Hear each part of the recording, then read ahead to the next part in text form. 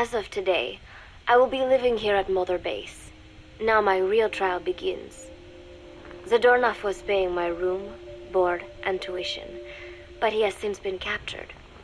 I told the man that with no more money from the KGB, I could no longer afford school. He bought my story, and when I said I would be willing to work, he took pity on me and let me stay. For some reason, Miller really pled my case. That was helpful, but the man is still a fool. His men are no better.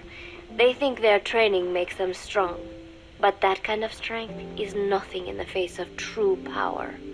And better yet, they wait on me hand and foot, believing I am just a schoolgirl. Looks like I won't be working too hard after all. Just today, while scouting out the living quarters, I saw a group of them in the corner of the deck making a fuss. Going over for a look, I saw they were feeding a kitten. A bunch of grown hard men, and they're the ones acting like schoolgirls. Look, isn't he cute? What is wrong with them? Disgusted, I just nodded and smiled. I must stay in character after all. I indulged their chit-chat for a few moments.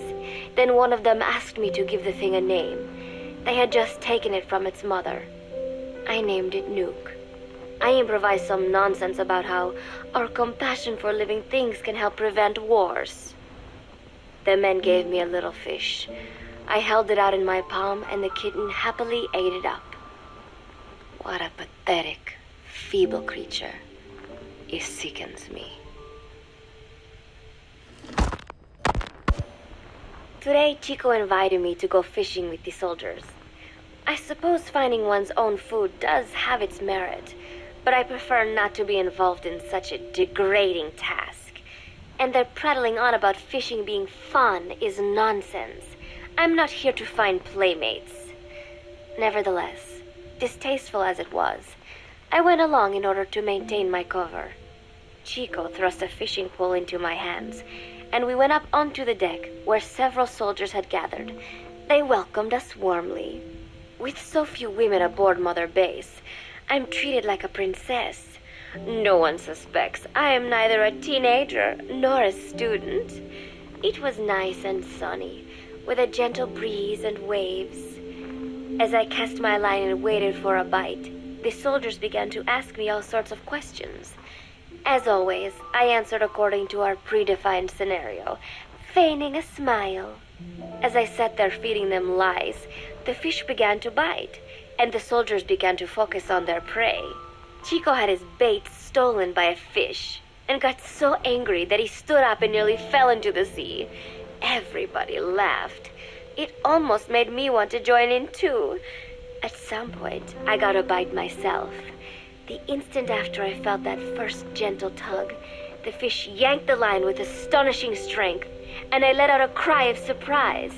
I thought he was going to be huge. It was my first time fishing, and I was a bit flustered, so the soldier beside me helped by supporting the pole from behind. "Reel it in," they shouted. I nodded, turning the handle as fast as I could. I wondered what kind of fish lived below the surface, and thought back to the deep sea dives I had to do as part of training. Those were difficult days, but I remember finding the multicolored fish gliding through the water incredibly soothing. After a hard fight, I pulled it up. To my surprise, it wasn't even half a vara, rather anticlimactic. But I wasn't doing it for fun, so I wasn't the least bit disappointed. Nook was hovering nearby with an expectant look on his face, so I gave the fish to him. All in all, a thoroughly wasted day. Preparations are coming along nicely. No one suspects me of being the one to let Zadornov out of his cell. Today, Amanda and I taught Cecile how to make Gaia Pinto. It is a simple home-cooked dish consisting of black frijoles mixed with arroz. It is well known throughout Central America, not just in Costa Rica, so it is no surprise that a Nica like Amanda would be good at making it. But I was raised in the States from a very young age, and could hardly even remember my mother's Gallo Pinto, having to make chit-chat with that clueless bird lover, and the so-called revolutionary was excruciating. And, clueless or not, I wanted to be especially careful around Cecile, the one who actually recorded that tape. Thankfully, Miller and his men seemed to believe I mistook the tape I found for one my friend made. In any case, one can never be too careful. Anyway, the three of us minced garlic and herbs, then cooked them in a pot with frijoles we'd soaked overnight. While waiting for them to cook, we sautéed onions and arroz in a frying pan. Cecile worked the frying pan according to Amanda's directions, but seemed a bit glum. She does have a knack for cooking, though. She is French, after all. We added water to the pan and watched the arroz begin to steam. While we waited, Amanda shared memories of her mother with us. They had been separated because of Simosa, but the taste of her mother's cooking was still fresh in her mind.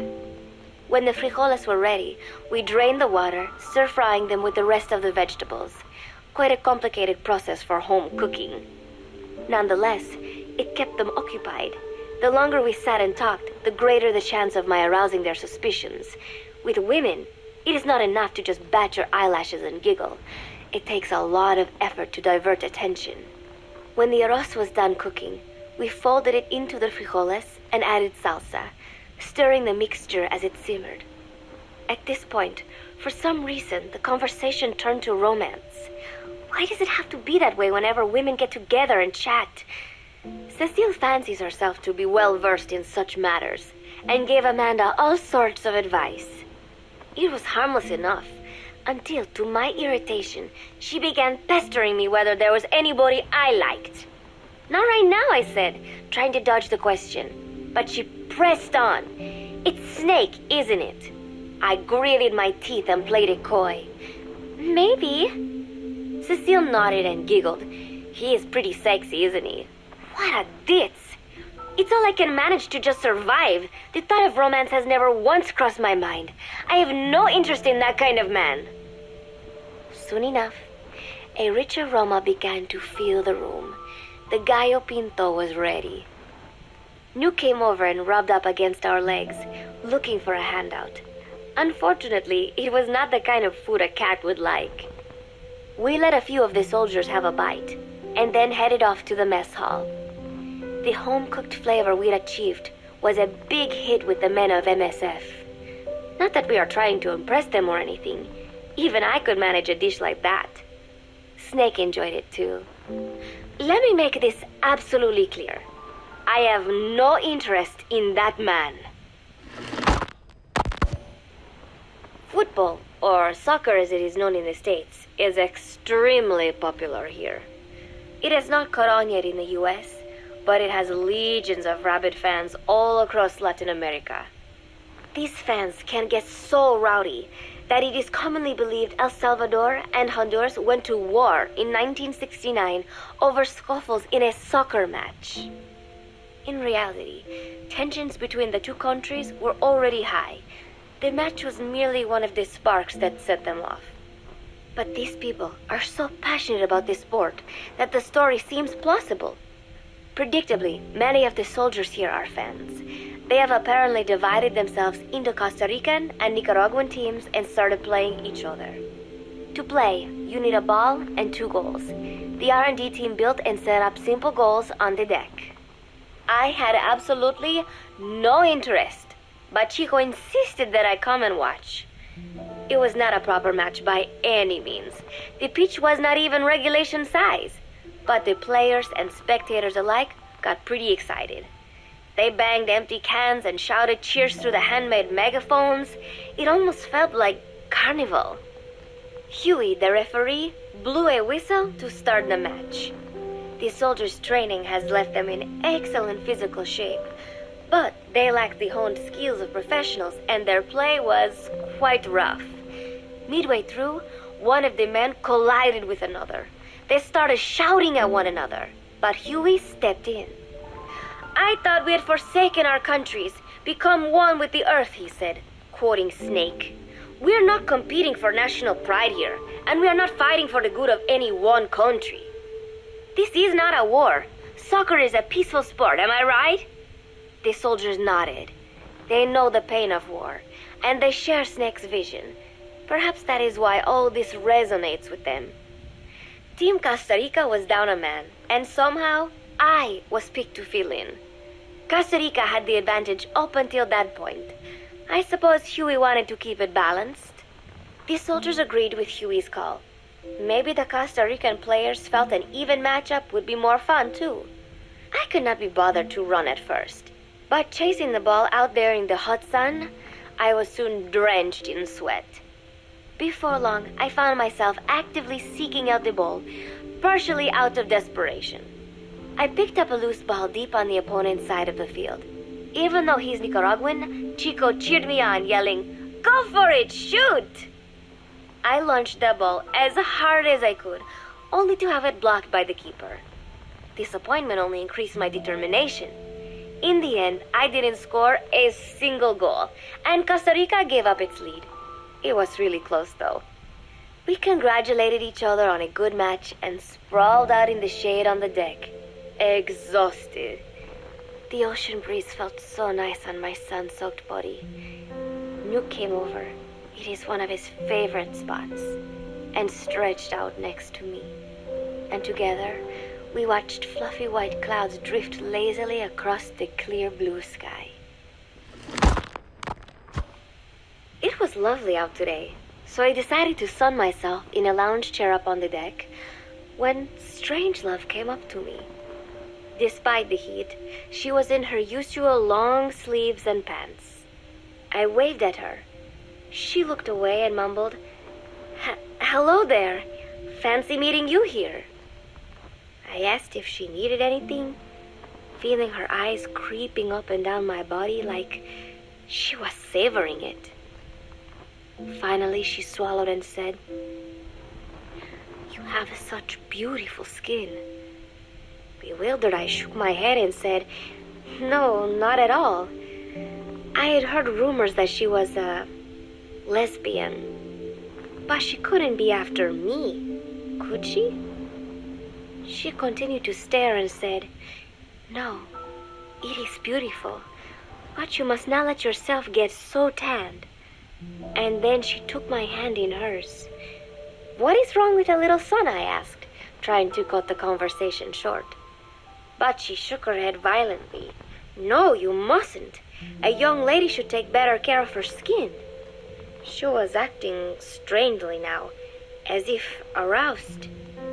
She lectured me on the perils of tanning, how it ages skin, causing wrinkles and spots, and in the worst cases, even skin cancer. I knew already that tanning could cause spots, but I thought only pale-skinned Anglo-Saxons had to deal with that. Having a scientist tell me it causes aging, though, that spooked me a little. If I am to keep playing the teenager, I will have to start paying more attention to my skin. Sensing my anxiety, she took a small tube from her pocket. She said it was the sunscreen she always used. She told me to keep it. I didn't know what to say. I was more than happy to take it, but exactly what were her intentions? Was she merely being nice? Or is she really into me? Either way, there was no reason to refuse, I suppose. I have undergone training. An out-of-shape woman does not pose any real threat to me. Having power means not being afraid. It is the same on a global scale. A country with nukes can dictate terms to a country without them. I thanked her and took the tube. Then she offered to put some on for me. She squirted some lotion onto her fingers and began rubbing it into my chest. It happened so suddenly, and I was so taken aback that I did not even think to protest. She caressed my stomach with her long white fingers, then slid them upwards between my bikini-clad breasts. "What? Wait," I sputtered as her moist eyes met mine. She was beautiful. Somehow, I found myself captivated by this woman more than 10 years my elder. "Hold still," she whispered in my ear. I nodded silently, unable to refuse. My body went limp, motionless, as if in a trance. Gently, carefully, She rubbed the lotion all over my entire body. I shouldn't have enjoyed it, and yet I could not help myself. For a moment, I was spellbound. That woman is dangerous. I had better watch myself. Protecting one's health is an important part of any agent's job. But despite my best efforts, I have caught a cold. Now that I think about it, Mother Base's numbers are on the rise, with soldiers coming from all different places and backgrounds. It is no wonder then that sooner or later someone would bring in a virus. That said, what I have got is just a common cold. The medical team said I'd need a few days rest, so I've been restricted to my room and put on bed rest. I thought I'd gotten used to not having anyone around to relate to, but at times like these, being alone is just miserable. All I could do is lay there and stroke Nook's back, trying to take my mind off how bad I felt. Nook just sat there, not making a sound. But I did have visitors. Amanda and Chico, Huey, Cecile, Miller, and a few of the soldiers I've become relatively close to. Amanda made me a soup with herbs she said were good for a cold. Miller told me to take it easy. I will sing you a lullaby, he said, then broke out a guitar and sang some incomprehensible song in Japanese. I did not need to understand the lyrics to know he is an awful singer. Then he said, "You know what is good for a cold? Suppositories. Here, I'll show you." He began to take off his pants, so I threw my tissue box at him to make him go away. Then Strangelove showed up, saying she had some miracle Indian cure. "It has got eucalyptus extract," she said. "It works best if you rub it into your chest." And then she tried to take off my nightshirt. I whacked her with my pillow, and I got rid of her. Chico brought me a little flower in a cup. It had been growing in a little bit of earth that probably found its way on board, stuck to something else.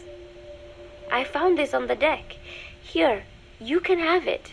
He tried to act nonchalant, but I am pretty sure he's got a crush on me. None of them understand.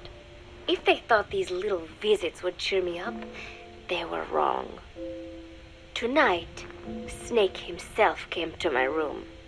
Like the rest, he believes I am just a schoolgirl and treats me as such. "Why did you abandon your country?" I asked him. "Why create the MSF?" Of course, I knew the answers already, but I wanted to hear it from him. As I had imagined, he was not exactly forthcoming. All he would say is that his country abandoned him because all he could do was fight, and that is why he needed the MSF, because that is all he is any good for. Then he said, "Fighting is the only thing I understand, but that does not mean I have got a grudge against those who believe in peace. I am not one of them, and I do not believe in peace. Conflict is in man's nature. We fight our enemies in order to survive." Maybe we are not so different after all, he and I. But that is exactly why I'm going to have to kill him, or else he will have to kill me. When I stop and think about this wretched existence, being killed by a man like that suddenly does not seem like such a bad thing. Every month, Mother Base throws a party for all the soldiers whose birthdays fall in that month. There is something strange about a military organization having parties. Really though, it is just an excuse to drink and make noise. It is not easy to get alcohol on a fortress in the middle of the ocean. Most days they are training from dawn till dusk. They do not have time for things like drinking. That is why Snake and Miller came up with the idea, to give everyone a chance to let loose. Obviously, a bunch of boors like that are not going to bother with blowing out candles on a cake. Rather, they sit there in a cloud of cigarette smoke, drink beer, eat meat, tell tasteless jokes, and swap crude insults about one another's hometowns. But it hardly ever breaks out into something serious. They talk up a storm, but they're just having fun. It is funny. You have got members of FSLN rubbing shoulders with the UCLAs, people who once would have considered the other mortal enemies. I wonder if that is what makes Big Boss so popular. In leaving their countries behind, they leave their hatred for other countries too. Miller seemed a little protective of me. Hope they're not being too crude, he said. But soon enough, he too was drunk. He yelled, "Come here and take a look at the real Kazuhira Miller," then dropped his pants and mooned everybody. The other soldiers burst out laughing. I have never seen such a crude, ridiculous party before. And yet, all these people, laughing and acting the fool. Is this what they call peace? For some reason, I began to think about all that has happened since I came here. Fishing with Chico, cooking with Amanda and Cecile, playing soccer, having visitors when I caught a cold. When I stop and think about it, my time here has been the most peaceful of my life. But that is about to end. I cannot imagine he will be willing to negotiate. It seems I am to fight the legendary Big Boss. I do not know if I'll be able to beat him, but if I have to choose between death and defying Cypher, I will gladly choose death. The thought of dying does not scare me, but if I disobey my orders, the fear and despair awaiting me will be far worse than anything I can imagine. It was Cypher who took me in as an orphan, gave me food and a place to live. His orders may have been unreasonable, but I will never repay my debt entirely. It seems I have no choice. I must fight this man. I must fight Snake. Do you know Miller, Snake's right-hand man? Apparently has got at least one serious weakness. He is an insatiable womanizer. He does not bother me, most likely because he considers teenagers off limits. But he has hit on every single one of the few female soldiers here at Mother Base. They ought to be telling him where to stick it, but end up falling for it so easily. I think some of it stems from the fact that he is actually not that bad looking. Anyway, today, that nasty habit got him in trouble. He and Snake got into one of their rare fights, and I was there to see it. They burst out of the showers, completely naked, trading punches. I am no child. The sight of a naked man does not make me blush. But this was something else. "Maybe this'll teach you," Snake yelled as he slammed his fists into Miller's chest. I heard later that apparently he had been two-timing someone, and that same someone had gone to Snake with her troubles. As I see it, it is her own fault for letting herself be deceived like that. If she is too dumb to see through Miller's lies, then she got what she deserved. But this was not the first time it had happened, or the second, and Snake read Miller the riot act. Miller argued back, and what began as a shouting match turned into a fist fight. "You son of a bitch," Miller yelled as he swung. "Not bad," said Snake, smiling, "but not good enough." And then he was back on the offensive. They had already been at it pretty hard in the showers, and their bodies were covered with bruises. Both of these men had been trained for war, their bodies deadly weapons. They were each bleeding from a dozen places.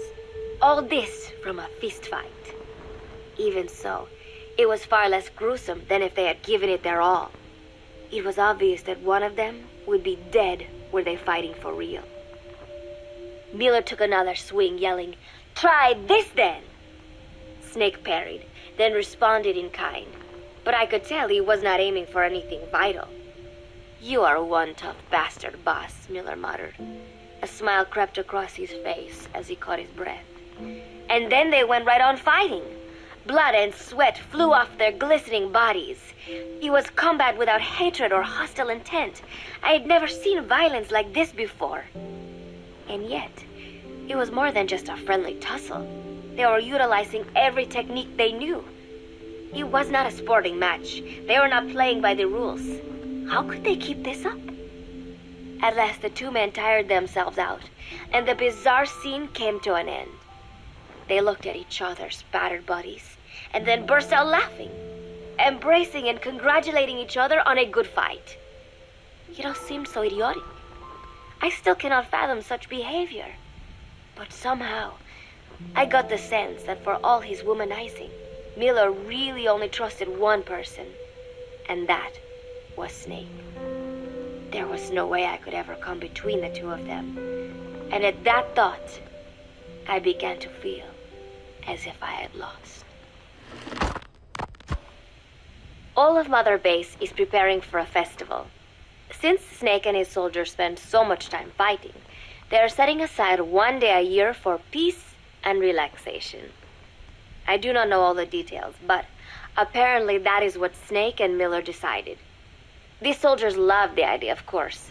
There is so little fun to be had here that everybody looks forward to events like these.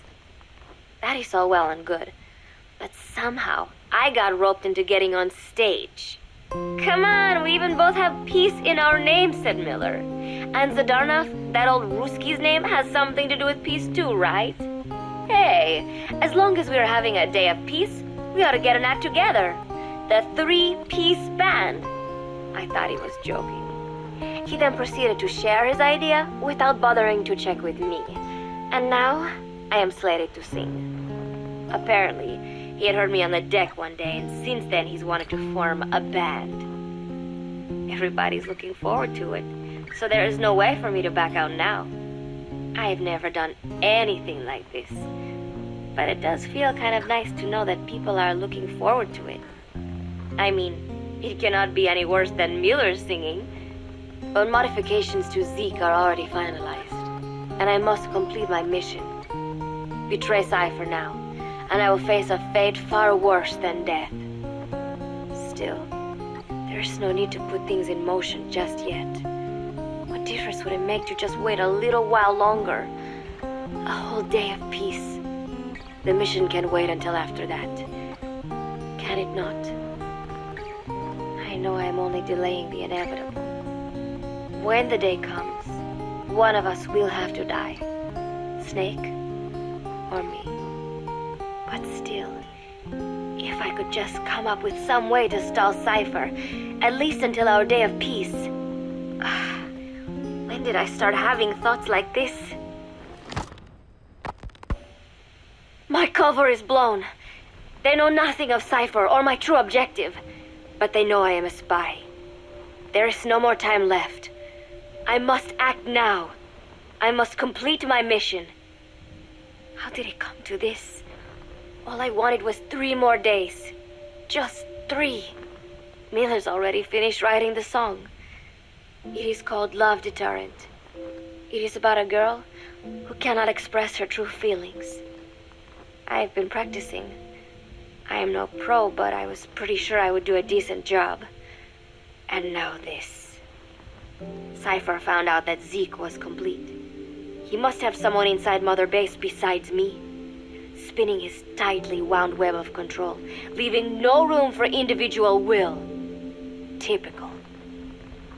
When they found out Zeke was complete, I was ordered to execute the operation immediately. If I was going to enjoy just one day of peace, I had to ensure the plan could not move forward. I tried to sabotage Zeke. I thought by damaging the drive system, they would have no choice but to delay their plans. I waited until midnight, and then snuck into the hangar. There would be trouble if it looked like sabotage. I selected one of the drive system's load-bearing parts and carefully worked to warp its shape. The leg's drive system requires a high degree of precision to operate. Even the smallest deviation would have done it. Then, Chico walked in. Maybe it was one of those nights where he could not sleep. In any case, he saw me, panicked, and took off running. It would have been easy to kill him, but I could not. I know he likes me. It is not as if I would ever have an interest in a child like him, but I could not pull the trigger. Not at him, not in the back. Will he tell them? Or is there a chance he will keep it a secret? Protect me? No. He knows now. Knows I am not who he thought I was. He ran without even questioning what I was doing. There is no chance he does not know. And soon, all I have built here will end. And if Cypher has another agent among them, if he finds out I tried to sabotage Zeke, this place will no longer be my heaven. Then it is settled. I make my move now. Chico walked in before my sabotage was complete, so Zeke should still be operational. It might not run at full speed or power, but I do not have time to fix that. Without Zeke, I do not have a chance in hell of winning. I must act fast before Chico sounds the alarm. I knew it would come to this. I just did not think it would be so soon. It is time, Zeke. Metal Gear Zeke. Activate.